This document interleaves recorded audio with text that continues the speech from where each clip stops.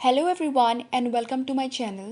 So আজি আকৌ এটা নতুন poem লৈ আহিছো. Poemটোৰ নাম হৈছে The Road Not Taken by Robert Frost, Class 9 English. So আজি যোনটো poem আমি পঢ়িবলৈ আহিছো সেইটো হৈছে ৰবাৰ্ট ফ্ৰষ্টৰ এটা খুব বিউটিফুল সিম্পল এটা poem. So poemটো ষ্টাৰ্ট কৰাৰ আগতে আমি ৰবাৰ্ট ফ্ৰষ্টৰ বিষয়ে অলপমান জানি লওঁ। ৰবাৰ্ট ফ্ৰষ্টৰ কথা অলৰেডি আমাৰ বুকত মেনশ্যন কৰিছে যে তেওঁ হৈছে আমেৰিকান পয়েট আৰু তেওঁ লিখিছিলে simply he writes simply but insightfully about common ordinary experiences ইয়াত কৈছে যে তেওঁ লিখাৰ বিষয়বস্তু কমন আছিলে বুলি কৈছে আৰু অৰ্ডিনেৰী সাধাৰণ আৰু সচৰাচৰতে দেখা পোৱা বিষয়বস্তু এটা লৈ তেওঁ লিখিছিলে কিন্তু লিখাখিনি সিম্পল ভাষাত বা সিম্পল ধৰণে লিখে কিন্তু তাত এটা ইনসাইটফুল বস্তু থাকে ইনসাইটফুল মানে কি হৈছে তাত এটা থট প্ৰভোকিং বা এটা ইনাৰ মিনিং থকা এটা গভীৰ চিন্তাৰ এটা বিষয়বস্তু তাত সোমাই থাকে সো হেতু হৈছে ৰবাৰ্ট ফ্ৰষ্ট ৰবাৰ্ট ফ্ৰষ্টৰ কথা আমি কি মনত ৰাখিব লাগিব যে ৰবাৰ্ট ফ্ৰষ্ট হৈছে আমেৰিকান পয়েট সো তেওঁ পোয়েমবিলাকত আমি কি পাওঁ বুলি কৈছে কমন আৰু অৰ্ডিনেৰী বিষয়বস্তু লৈ তেওঁ লিখে আৰু সিম্পলকে লিখে কিন্তু তাত এটা গভীৰ চিন্তাধাৰাৰ বস্তু থাকে বা তাত এটা খুব ডিপ মিনিং এটা থাকে তেওঁ লিখাখিনি তাৰপিছত এই গোটেই পোয়েমটো কিহৰ ওপৰত লিখিছে পোয়েমটো লিখিছে যে মেকিং চইচেছ যে আমি নিজৰ লাইফত বনোৱা চইচবিলাকৰ ওপৰত লিখিছে আৰু সেই চইচবিলাকে যে আমাৰ লাইফটো কেনেদৰে শ্বেপ দিয়ে বা কেনেদৰে গঢ় দিয়ে কেনেকৈ বনায় বা আমাৰ লাইফটো বনোৱাত বা লাইফটো আমাক ভাল বেয়া দুইটা কৰাতে কি কৰে সহায় কৰে সেইটো বস্তু ইয়াত পোয়েমটোত আমি পঢ়িবলৈ পাম so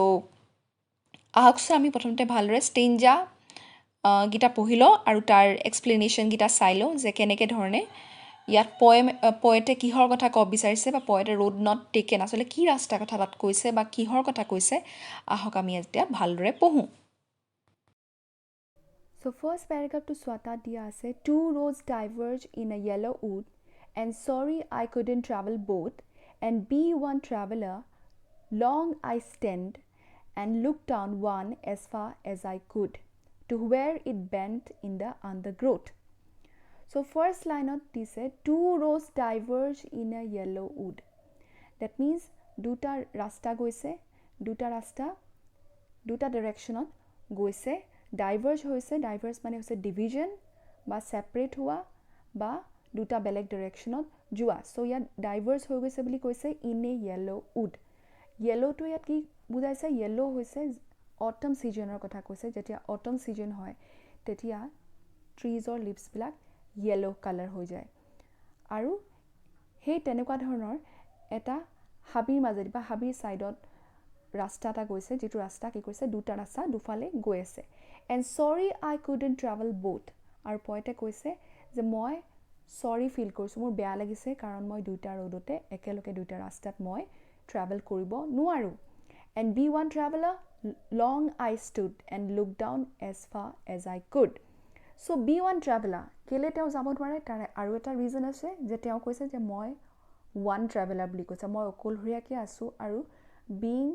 a single alone traveler it's not possible for him to travel the both road at the same time so অকল lone traveler বুলি নহয় এটা মানুহৰ কাৰণে এটা টাইমতে দুটা ৰাস্তা চুজ কৰাটো বা দুটা ৰাস্তা ট্ৰেভেল কৰাটো পসিবল নহয় আৰু হেতু কথাই ইয়াত কৈছে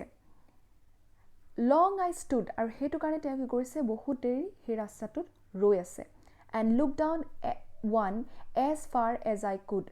আৰু যিমান দূৰ পাৰে এটা হিমান দূৰলৈ তেওঁ চকু যোৱালৈকে তেওঁ কি কৰিছে চাইছে ৰাস্তাটো to where it bent in a undergrowth যেতিয়ালৈকে ৰাস্তাটো এফালে বেণ্ড হৈ যোৱা নাই এফালে বেকা হৈ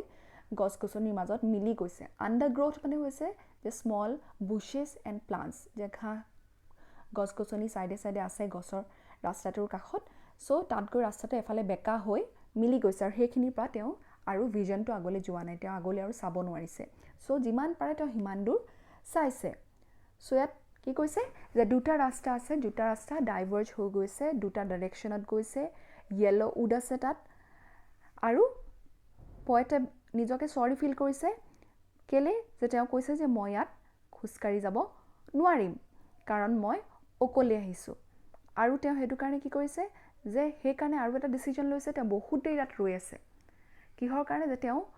কনফিউজ হৈ গৈছে he was in a confusion যে মই কোনটো ৰাস্তা চুজ কৰোঁ আৰু হেতু কাৰণে তেওঁ বহুত দেৰি লাগিছে তেওঁ ৰৈ পানি ৰাস্তাটো যিমান দূৰ পাৰে সিমান দূৰ দুইটা ৰাস্তা ভালকে অবজাৰ্ভ কৰিছে ভালকে দুইটা ৰাস্তা চাইছে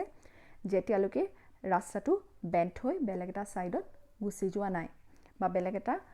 মানে যিমান দূৰ তেওঁ চকু গৈছে সিমান দূৰলৈকে তেওঁ চাইছে যেতিয়ালৈকে তেওঁ ৰাস্তাটো নেদেখা হৈ যোৱা নাই আগদখলকে সিমান দখলকে তেওঁ চাইছে বুলি কৈছে সো ফাৰ্স্ট পাৰ্টটোত এইটো কথা দিয়া আছে সো এইটো বুজি পোৱা চাগে ইমান অসুবিধা হোৱা নাই ইয়াত ৰাস্তাটো দুটা ডাইৰেকশ্যনত গৈ আছে সেইটো মনত ৰাখিলে হ'ব সো নেক্সট পাৰ্টটো চোৱা then took the other just as fair and having perhaps the better claim because it was grassy and wanted where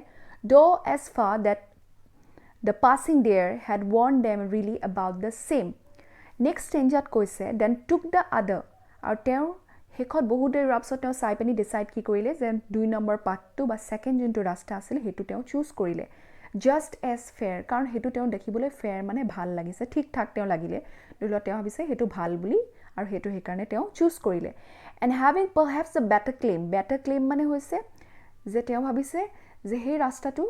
তাত বেছি অপচন তেওঁ পাব বেছি সুযোগ আছে বেছি সুবিধা আছে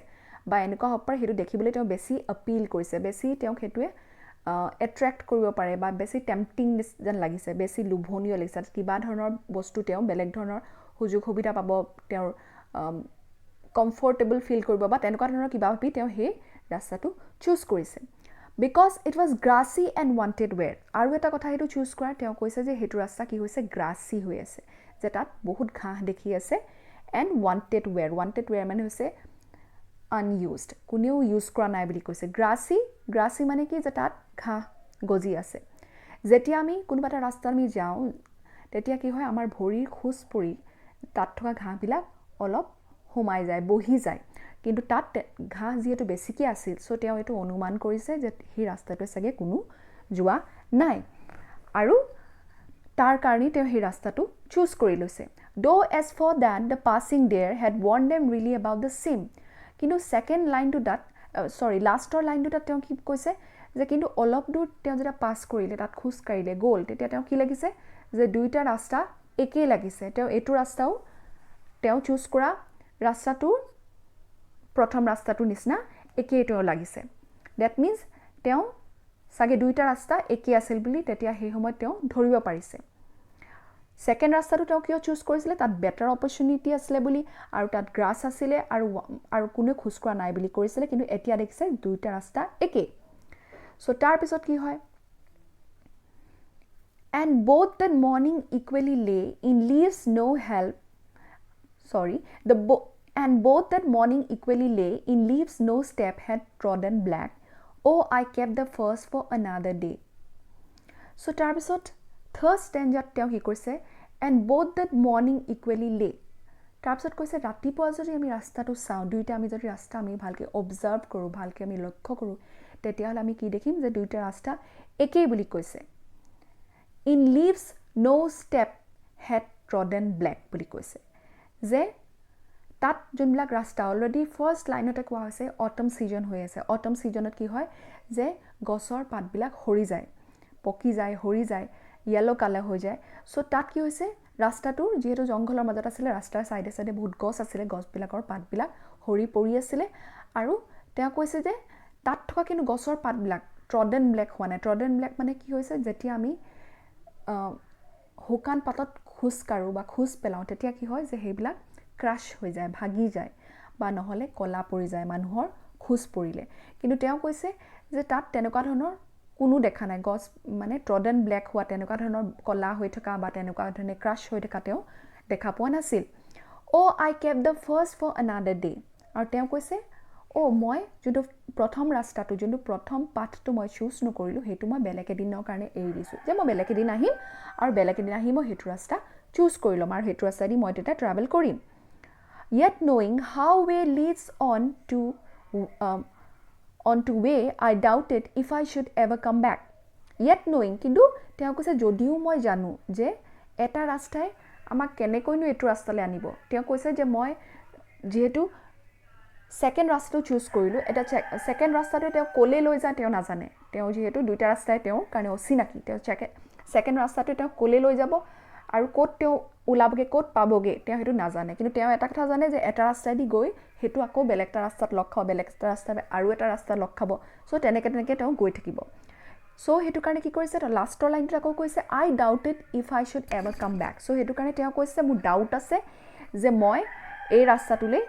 কেতিয়াবা প্ৰথম ৰাস্তাটোলৈ আকৌ মই ঘূৰি আহিব পাৰিম নে নোৱাৰিম বা প্ৰথম ৰাস্তাটো আকৌ মই চুজ কৰিব পাৰিম নে নোৱাৰিম মই হেতুলৈ ডাউটফুল বুলি কৈছে মোৰ সন্দেহ আছে যে মই আৰু সাগে এই ৰাস্তাটোৱে কেতিয়াও নাহো I will never come back to this road যে এইটো ৰাস্তা দি মোৰ অহাটো it's not possible যে possible নহয় যে মই আকৌ সেই ৰাস্তাটোদি ঘূৰি আহিব পাৰিম হৈ গল সো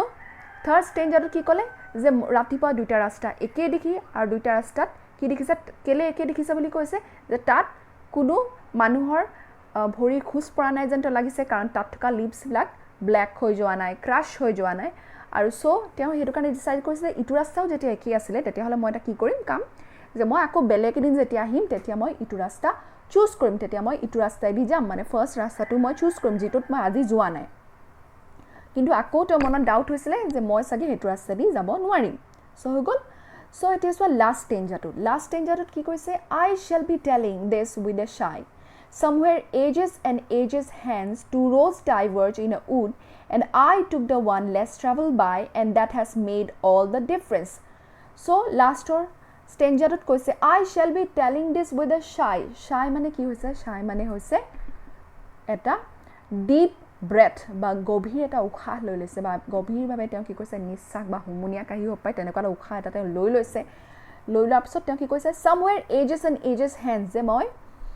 বহুত দিনৰ পিছত আজিৰ পৰা বহুত বছৰৰ পিছত hence মানে হৈছে